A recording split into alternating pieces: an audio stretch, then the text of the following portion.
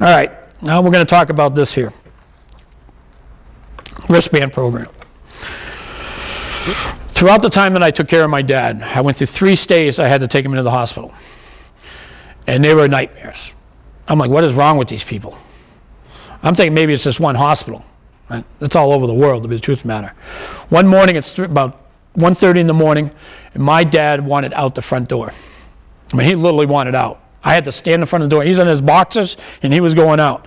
I'd stand, I put my hand on his shoulder, like, Dad, you can't go out this time of night. I was like, holy smokes, this man was on fire. He had 104 fever. Right, I'm like, oh, shit. Get him in the car, get him to the emergency room. I'm telling the doctor in the emergency room, I go, listen, this man's in the latter stages of Alzheimer's. There's a lot of confusion going on now. He's like, yeah, we got it. Don't worry about it. What wasted words, really. So he's checking him for his lucidity. He's going, gotta remember, my dad has Alzheimer's and 104 fever. So how much confusion do you think was in this man? He was a mess doing it, right? He goes, do you know where you were born? My dad wouldn't answer a question. He's got his arms closed like this, doing it. He goes, do you know how old you are? Wouldn't say anything. He goes, you know who the president is? My dad wouldn't say anything. Doctor goes out, he closes the curtain. My dad looks over at me and he goes, this guy's a doctor and he doesn't even know who the president is? Right? So, I mean, the point is, he didn't even know why they were asking him the questions.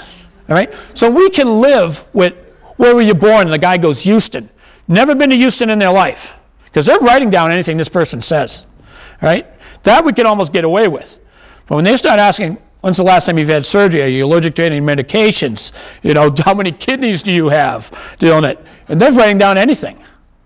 We got a real problem here as we go through this on it. I got a woman over on the East Coast. All right? She brings her husband in the hospital. You got to remember that they're not in the hospital for dementia. Something else is bringing them in there. Let me back up 1 minute. I want to tell you why my dad was in the hospital, because this is important. When he had the 104 fever the first time I brought him in there, come to find out the man was impacted for almost 40 days. I didn't think he was going to live through this. Right? They couldn't do surgery. They couldn't even do a lower GI on him. They didn't think he was going to live through the surgery. When they went towards the end of this disease, and they started dying of, a lot of times, it's organ failure, which is what my dad on his death certificate was doing it. And we need to remember that the colon is one of the first organs that starts getting sluggish. All right? We have to keep an eye on their bowel movements. According to my dad, he goes, no, I went 2 days ago. I'm fine. The man was, you should have seen what they were pulling out of him. Looked like spinach. It was nothing but poison inside of him. It was bad. Dealing it. So that's something I don't care if you put it on the counter, you put a B every time they have a bowel movement, pay attention to it. It killed John Wayne. Everybody thinks John Wayne died of lung cancer. He actually died of being impacted. So if you can kill the Duke, just think of what it can do to your little loved one there sometimes on it. So let's go through this on it. So anyway, this woman over on the East Coast, she brings her husband into the hospital. Right? He's there. He's not there for Alzheimer's and his dementia dealing it. He's there for something else. So she finally gets a chance to go home, shower, change. She gets back to the hospital, and he's not in the bed. You're like, well, where's my husband? He goes, well, he's in surgery. Right? He's an adult. He signed himself into surgery. They never called her dealing it. Next morning, she comes back. She goes in the morning. He goes to her. He goes, you need to get me out of here. They're trying to kill me in here. I hurt. She goes to the nurse's station. She goes, you got to give my husband something for pain. More for pain. She goes, we haven't given him anything. He refused all pain meds. They did exploratory surgery on this man. They cut him right down the gut. And when the anesthesia wore off, he refused. They gave him nothing. He was in shock. This is happening all over the place, I'm telling you. Dealing it. Yes, they are adult, but they're adult with dementia. Do we know the difference between Alzheimer's and dementia? Okay. Alzheimer's is a disease. All right? It creates dementia. The word dementia is actually an umbrella term for multiple symptoms. Cognitive impairment, behavior, poor decision making. That's what the hospital needs to understand. This person he shouldn't be making these decisions at this point on it, all right? Yes, he is an adult, but he has an adult with dementia dealing it, so we go through this on it. So the word dementia, there's a Dr. Burns from Boston University. He just wrote a paper a year or so ago on it. Consider the word dementia like the word flu. If you go to the doctor and the doctor tells you have the flu, all he's really saying is that you have flu-like symptoms. He's not telling you what virus is creating the flu. Same thing with dementia. If you got Parkinson's disease dementia, PDD, it's the Parkinson causing the dementia. If it's Alzheimer's, it's the Alzheimer's causing the dementia. If it's front temporal lobe degeneration and you got FTD with the dementia, it's the FTD causing the dementia. So the dementia is the symptoms that is being created by the disease. If somebody actually says, I was diagnosed with dementia, that's not even a true statement. The statement should be, I was diagnosed with dementia-like symptoms, is what it should be. That's where you go on it. So just so you understand that dementia is not a disease. It's a multiple thing of symptoms as we go through this on it. All right, so I started banging on doors. I'm like, this is crazy. I went through all these stages with my dad in the hospital. None of them are any better. All right? They're taking anything this man says. I go outside. I go, listen, I'm going to go get some fresh air. All right? I just want you to know, I have to explain to every nurse, because you come back the next day, the nurse that did a good job, she's on the other wing now. They rotate them through the system and they go through this on it.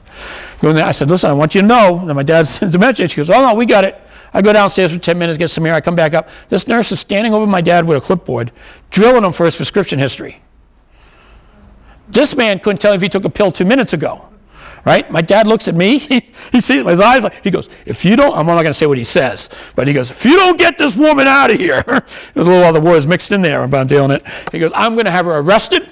This is my building. I own it. And I'm like, this is bad. There's a guy in the bed next to him. He had the window side. Right? They closed the curtain. Every time the family would come and visit, he's flipping out. He's like, all he hears all these voices on the other side of the curtain. He goes, somebody needs to go shut that door. Right? There is no door over there. He's in the bed, the window over there, and on it. It's like he just wouldn't stop. You couldn't convince him he was in the hospital. It was bad. He was at his worst of his worst. Yeah, he's sick. He's got dementia. He doesn't understand where he's at. Beeping equipment and everything on it. Finally the guy begged to be moved. They're wheeling him out of there. He looks at me and he goes, how do you do this? I'm like, what took you so long? I would have been asked to be moved right away. I'm going to get that bed over there, man. Dealing it goes through on. We need to educate the people. That's what it's boiling down to. The program that I started with the wristband, all right, this symbol here, if I get it, actually I don't even have it with me on it. The purple angel symbol, it's all on your flyer there, on it. That is a universal symbol for all dementias. It started in the UK, all right. It could be post-surgery delirium, and they're using it. Alzheimer's, vascular dementia, doesn't matter what it is on it, But the symbol that we're using, that we're putting on the wristband, everybody's like, how do you get away with the HIPAA laws on this? The question to that, the answer to that, is that this is not a diagnosis.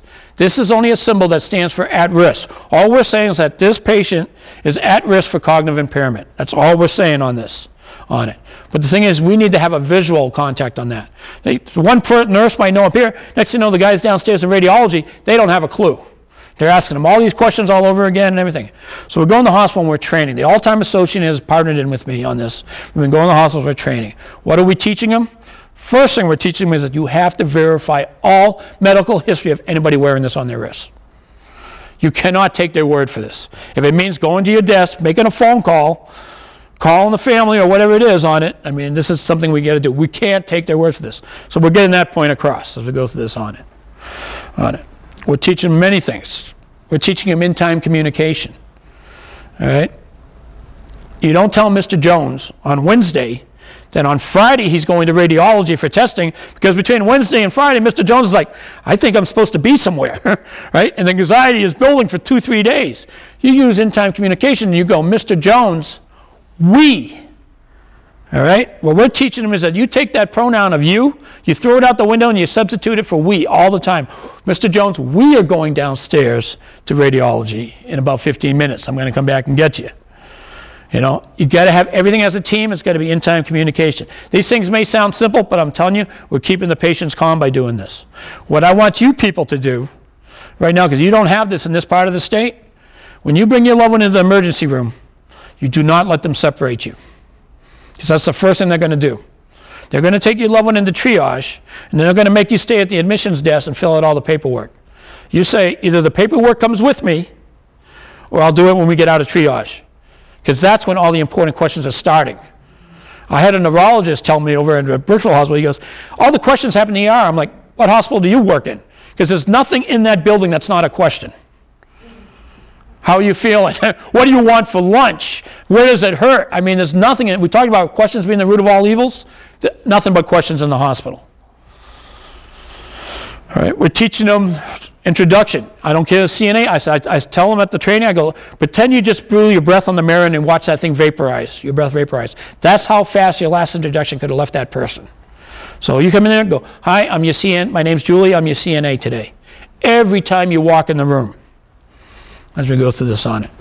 Important stuff as we go through all this on it. Redirection. Brooksville Regional, is now a Bayfront Hospital, went out and bought activity pillows for all the patients. Their biggest concern, we trained 200 employees in that hospital.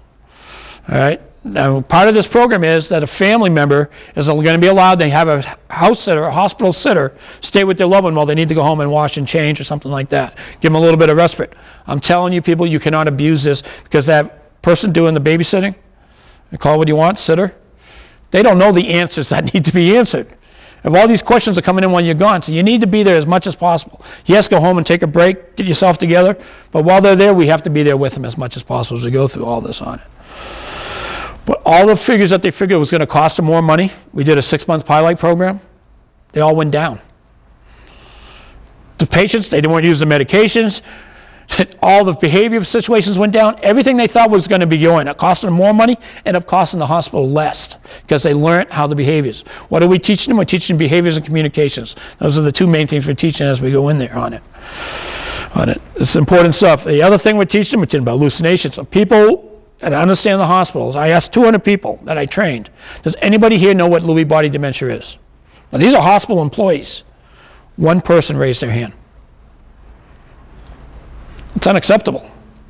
You know. Do we know what Lewy bodies is? Anybody? Lewy bodies is a different type of dementia. The Lewy body is actually a protein deposit in the brain. The problem with the Lewy bodies, for one, they're usually younger, sometimes in their 50s, doing it. We talked about hallucinations with the Alzheimer's, they're usually in the latter stages. With the Lewy bodies, they come early, sometimes 2 years into the disease. And they're very severe. The hallucinations, they have what they call night terrors, where they start acting out their dreams. They're kicking and screaming in their sleep. Things get bad on it. We just found out, I was just doing an event at Gulf Coast University, they're saying that these night terrors that are associated with the Lewy body dementia actually start 10, 15 years before the dementia even starts showing up on it. So if you have a loved one that's kicking and screaming and acting out their dreams, and they get dementia, make sure the doctor knows about this. Because that's a good sign that it might not be Alzheimer's, it could be Lewy body dementia. What happens with people that are diagnosed with Alzheimer's, and it's not, it's Lewy bodies, when the hallucinations start up, they start giving the person anescopic drugs for the hallucinations. With the Lewy bodies, they backfire. They actually make the hallucinations worse and the behaviors worse. And that's when most diagnosis gets turned around. Dealing it. So we're getting better at diagnosing different dementias, but we got a ways to go on it. Well, my other biggest concern is the Baker acting that's happening.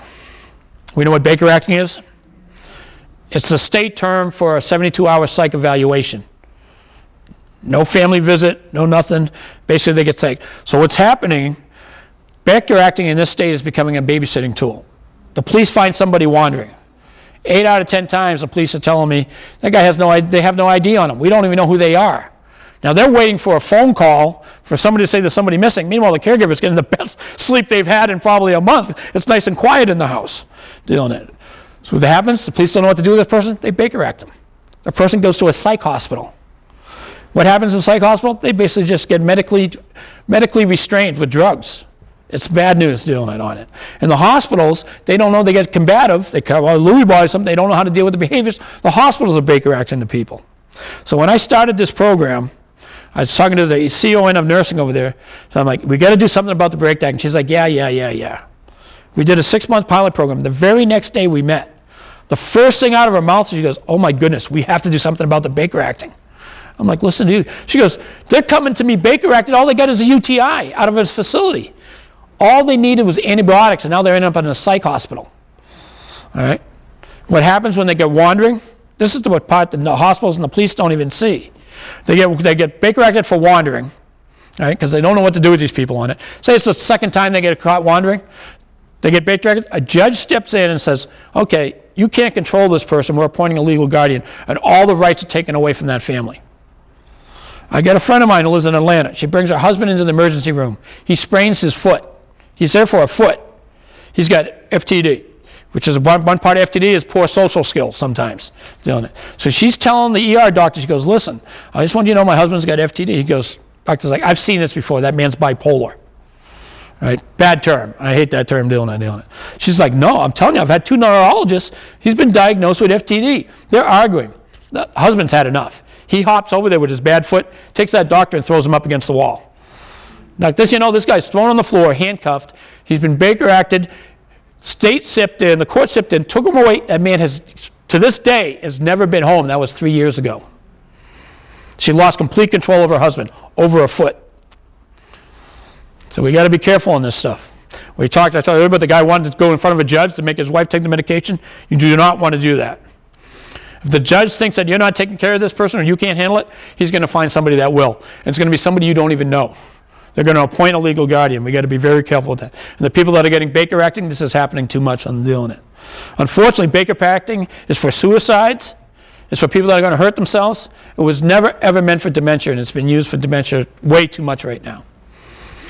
So, the biggest part about the wristband program, I just want to make one thing clear, it's the education. We have to go in there and educate the staff of that hospital. In the state of Florida, and almost every state I've been to on it, you know how much training they need for dementia in a hospital? You know what's required by the state? 0. Absolutely 0. Right? It's bad enough with the home care agency. Friday, I'm going up to Bayshore Care in St. Petersburg. I'm training the staff from the home care agency. You know what the state requirements are for home care agencies? A couple of written paragraphs on dementia. That's all the people need to do home care, to come to your house and take care of somebody with dementia. It's just, to talk about below standard, it's a joke on it. So we do have some companies, some facilities that are going up and beyond and actually getting extra training that's beyond the state. Most of these things are like, we're only doing what we're required and leaving it at that. So we go through this on it. Who's got power of attorney? Okay. I want to make one thing, we all need power of attorney in this thing on it. Very important that we go when we talk to an elder law attorney. And it really needs to be an elder law attorney because they specialize in this. But what I want you to do, if it's early, all right, and you haven't got the power of attorney yet and they're still early in the disease, go to their doctor first. Ask their doctor to write a letter of competency for this person and have it dated that day. Then take that letter, then go to the elder law attorney and give that a piece of paper saying that they're competent at this point, at this time and day in their life, that they're competent, and then have the power of attorneys run. Because I'm going to tell you, in the end, all the vultures come out. Family's going to get together, they're going to say, hey, you should have never been power of attorney. He wasn't competent when he made you power of attorney. I should be power of attorney. You're going to say, well, I got a letter from the doctor saying he was competent. That letter is going to be worth its weight more than anything on this. And trust me when I say the vultures come out on this. The biggest complaint I get, no matter, I speak all over the country on this. No matter where I'm at, the number one complaint I get is that I'm the only one in the family doing anything, nobody else is helping me. Number one complaint I get. The truth of the matter is all those ones that are very quiet, that are not helping, they're going to be the loudest in the end. They're the ones that are going to be screaming like, hey, wait a minute, where's the will? I mean, it's all coming up in the end dealing it. So protect yourself. When you go to that power of attorney, I don't want you to say, yeah, we need to make a plan for him, for my loved one. You say, we need to make a plan for us. Make sure you're protected too. Don't just think about that. I know it's all the time you're thinking about them, but you say, I want to be protected as the caregiver, and I want them to be protected for everything they have too. Make the plan for two people when you're there. Right? And we all seem to forget that, man, but something we've got to do. If you've got a joint checking account with this person, right? Even if you're a spouse, you got to make sure, and you have to call the bank to do this because it's not on the check and it's not on your statement. You want to make sure that your account, that you have the right of survivorship on it. There used to be in the old days, it would say top name and or. You notice that middle part was taken away? The banks want that money stuck in escrow and probate. So make sure that you have the right of survivorship. Because if you don't, if it's just a joint account and it's a top name and you don't have the right, when the top person dies, you don't have access to that account until it's through probate. And I'm going to tell you, you can make all the funeral plans you want and all the arrangements. There's always something that pops up in the end that you need to be prepared for. You might need that money. So you got to protect yourself too as a caregiver and everything on it. So important stuff. Who goes to a support group? Raise your hands high so I can see. What's the question? How many people here are going to a support group? Okay. Shame on everyone who is not raising their hand. If you didn't raise your hand, you're making a mistake. At the very beginning, I started saying, you got to learn to get help I'm telling you, that is the place to go. The very first support group I ever went to, and you got to remind me, when I started this, there was one in my county, in Hernando County, once a month. That was the only support group there. Now they're everywhere. There aren't at different times of day. It's a different world now. But I go to the support group, I sit down, and there's two people sitting across the table from me, and their loved ones had been gone 3 years, 2 to 3 years, and they're still going to the meetings. They were the ones that had all the answers for me. The doctors don't have them. I'm telling you, the people that are living through this now, or have already gone all the way through it, are the people you need to talk to as you go through this on it. So.